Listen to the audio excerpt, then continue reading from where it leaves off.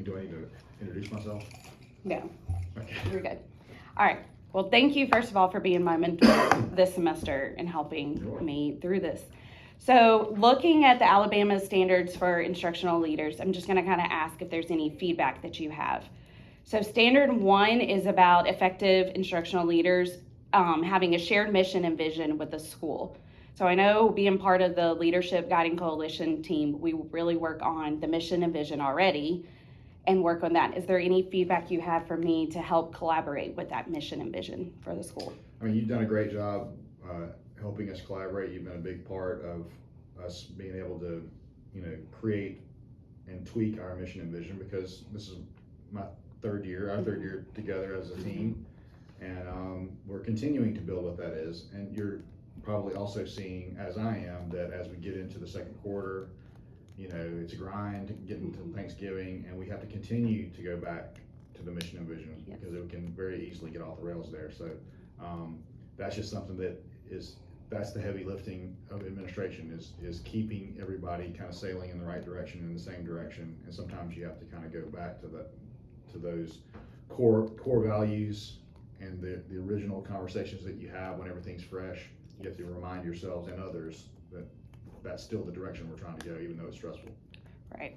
Which really kind of leads into standard 2, which is being professional and in personal relationships and decision making with the school. And so working with all the teachers that I work with, and we have done like PLC meetings and other guiding coalition meetings. Is there any feedback you have for standard 2? I mean, just always building those relationships. Stress is something that we're trying to help everybody work through. This is a very emotionally demanding profession, and it's a marathon. So professionalism and communication is so important. One of the things that helps us with that is data-driven instruction. Right. The data helps keep the emotion out of it.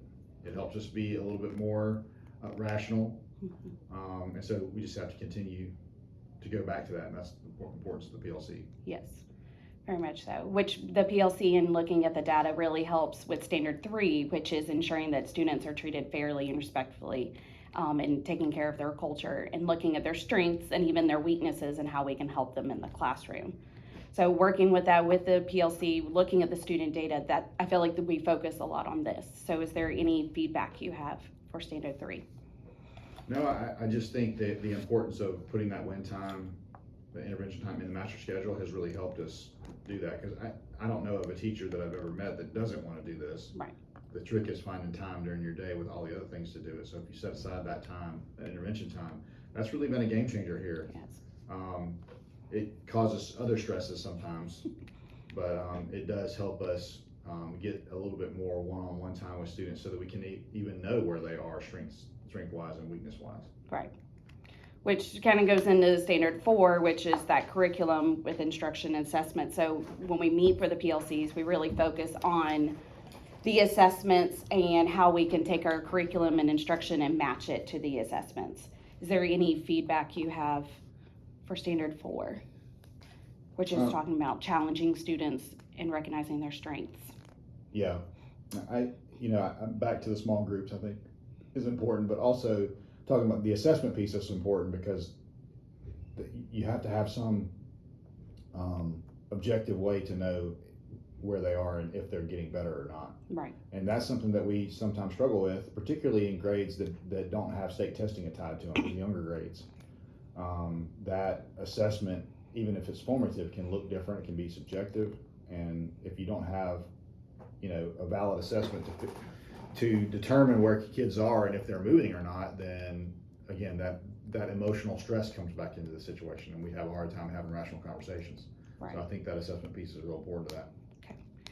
And standard 5 is safe, caring, and healthy school environment. It's talking about with our students with academic, social, emotional, and even physical needs. Is there any feedback you have for a school leader with this standard? Sustaining that environment. Yeah, I just think that building relationships it creates an environment for all kids to thrive. We have to continue to work on that. That they're bringing in baggage from home that sometimes is real hard to unpack, and it's not going to be unpacked in a year. or in a couple of years. Right. So we have to be empathetic and understanding that sometimes the behaviors we're seeing or the responses that we're seeing from kids are, rooted much deeper than what's happening in school, and it's not a personal thing. So we just continue to cultivate those relationships and do the best we can, meet them where they are. Right. Yes. So standard 6 talks about recruiting, hiring, and supporting and retaining our teachers, which I know we talked about this before. And so talking about how to plan and manage for any kind of staff turnover or providing opportunities for mentoring, which we have a great program here for mentoring teachers. But is there any feedback for a school leader for that standard? That is something that it more and more is becoming difficult, just because the applicant pool is a lot shallower than it used to be, and there's a lot of reasons for that.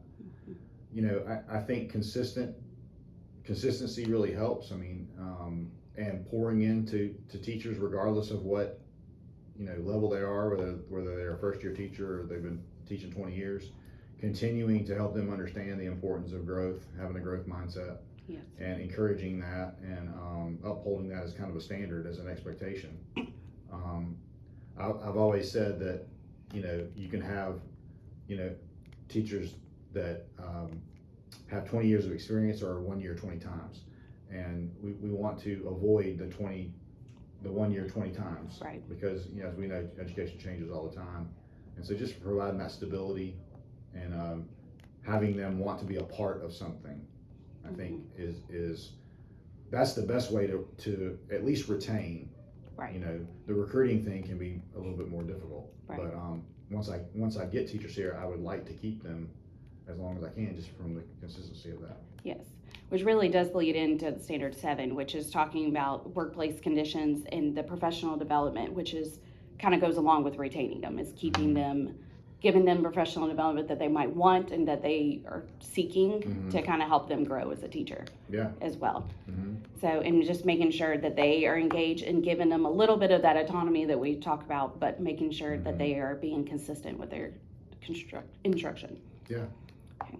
So standard 8 goes into the families and community, being collaborative with families and community, which we have really been pushing for this year with our school, making a school goal. Is there any feedback you would have for really striving to help include the families more and more?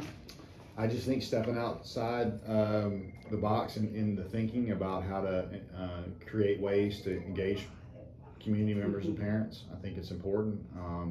We have been able to do some things. We've created some PLCs that are just targeting that, specifically the attendance PLC. It's talking about how to engage families, how to engage, how to populate meetings where we're talking about attendance issues and things that are important.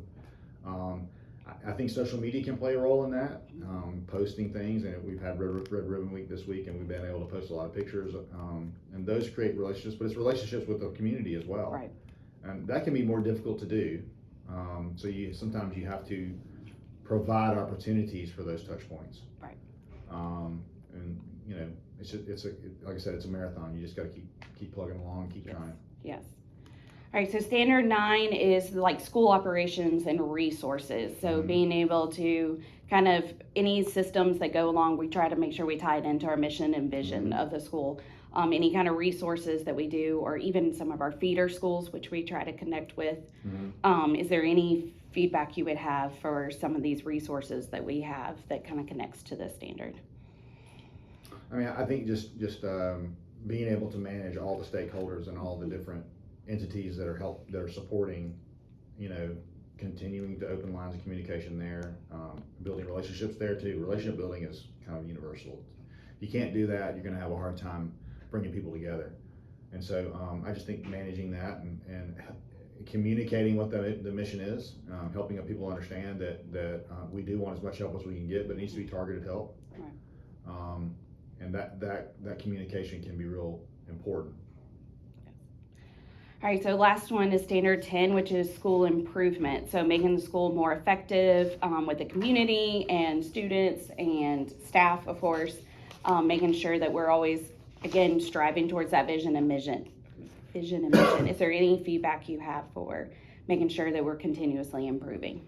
I mean, there's an old saying, keeping the main thing, and I think that you use data to determine what the main thing is, and then you can, like we were talking about before, the mission and vision. You create a mission and vision based on rooted in core values, based on those main things, and then you have to continue to go back to that, and use data to help determine whether or not we're moving forward or whether or not we're moving backward, and that process leads overall to school improvement. So once you start getting everybody on board with the same thing, and we fix that thing, we go to the next one, and we've talked about this. Yes. Where there's a tendency to go a mile wide and an inch deep on everything. We're trying to do all of these things, and you can do 20 things mediocre, or you can do 3 things well. Right. And so that can be difficult in today's educational environment, with all the things, with all the needs that are there and all the things that are going on. But we're not going to do great things unless we start prioritizing. Right. And a school leader's job is to figure out what that prioritized list is, Right. And how to navigate that with all the stakeholders, because that list may look different to the State Department, Right. to the central office, to the CBEF board, or whatever enrichment foundation you have in your community. All those things look different. So that's where the relationship building comes in, the communication of the mission, to kind of coordinate that so that everybody's working on the same thing. If we can get that done, then that's when we're going to start having the type of retention that we want with students, grade level to grade level. We're not going to see as much of the slide between years and those types of things, because the rigor is only getting higher. Yes. And it's probably always going to be that way. It's always going to get that way. Yes. So That's it.